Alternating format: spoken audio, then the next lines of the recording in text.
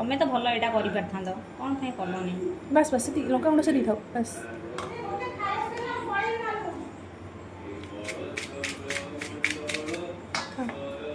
ଏବେ ଆଳୁ କଷା ଆଜ୍ଞା।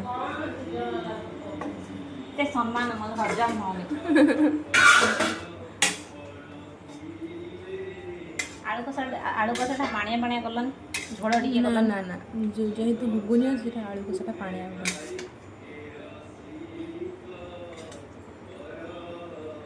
ସେତିକି? ହଁ ହଁ ସେତିକି ଥାଉ। ତମେ ଖାଇବ କେତିକି ତମେ ଆଣିବ ନା, ତମକୁ ଟିକେ ସର୍ଭ କରି ଦେଇଥିଲେ ତମେ ଭଲ ଲାଗିଥାନ୍ତା ନା କ'ଣ? ତମେ ଜାଣିଛ ନା ଏଇଟା ହେଲା ଘୁଗୁନି, ଲାଗୁଛି ଘୁଗୁନିଟା ଟିକେ ଆଉ ଟିକେ ବହଳିଆ ହେଇଥାନ୍ତା। ଏଥିରେ କ'ଣ ପାଇଁ ଭୂଷଣ ପତ୍ର ପଡ଼ିଛି? ମୋତେ ଲାଗିଲା ଟିକେ ଭୂଷଣ ପତ୍ର ପକେଇଲେ ଭଲ ଲାଗିବ। ମୋତେ ଲାଗୁଛି ଘୁଗୁନିର ଟେଷ୍ଟଟା ଟିକେ କମିଗଲା ଭଳିଆ।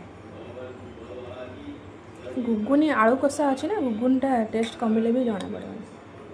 ଝୋଳ ତ ଭଲ ନାହିଁ ନା।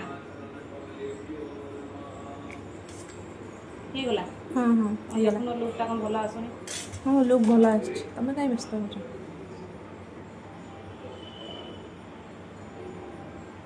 ତାପରେ ଟିକେ ବିଟ୍ ଲୁଣଟା ଟିକେ ଛିଞ୍ଚି ଦିଅ, ଆଉ ଚଟଣିଟା ଟିକେ ପକାଇ ଦିଅ। ଆମର ଏଇଠି ଚଟଣି ବି ବନା ହେଇଛି।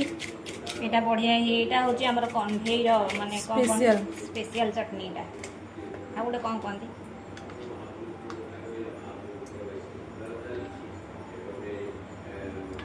ଏତିକି? ସେତିକି ବାସ୍ ଥାଉ। ଆଉ ସେଉ ଟିକେ ପକାଇଦିଅ। ରେଡ଼ି ହେଇଗଲା। ଏଇଟା କେତେ ଟଙ୍କା ପ୍ଲେଟ୍ ହେବ? ହଁ କମ୍ ସେ କମ୍ 60। 60? କ'ଣ ଏତେ ଟେଷ୍ଟ? ବାଦାମ ଟିକେ ପଡ଼ିଥିଲେ ହେଇଥାନ୍ତା। ତମେ ଯଦି ଖାଇକି ତାହେଲେ 60 ଟଙ୍କାଟା ପେମେଣ୍ଟ କରିଦିଅନ୍ତ, ମୋ ଫୋନ୍ପେ ମୋତେ ଫୋନ୍ପେ କରିଦିଅନ୍ତୁ। ଏଇ ଗୋଟେ କଥା, 60 ଟଙ୍କାଟେ ନେବ ଆଉ କ'ଣ? ଦେଖନ୍ତୁ ସାଙ୍ଗମାନେ ରେଡ଼ି ହେଇଗଲା ଆମର 60 ଟଙ୍କିଆ ଦହିବରା।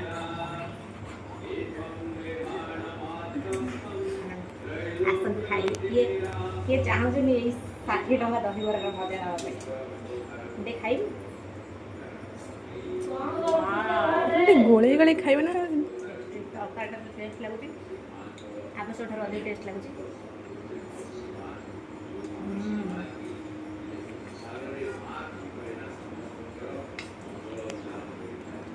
ଭଲ ଲାଗୁଛି। ଆଉ ଟିକେ ଲୁଣ ପଡ଼ିବ ଗୋଟେ। ମୋର ତ ସବୁବେଳେ ଖାଇବା ଟିକେ ଲୁଣ ଦରକାର ହୁଏ ଆଉ। ଠିକ୍ ଅଛି, ଆସନ୍ତୁ ଏ 60 ଟଙ୍କା ଦହିବରାର ମଜା ନେବା। ମୋର ଅଫିସ୍ ଯିବାକୁ ଲେଟ୍ ହେଇଗଲାଣି, ମୁଁ ଖାଇଦେଉଛି ଏବେ।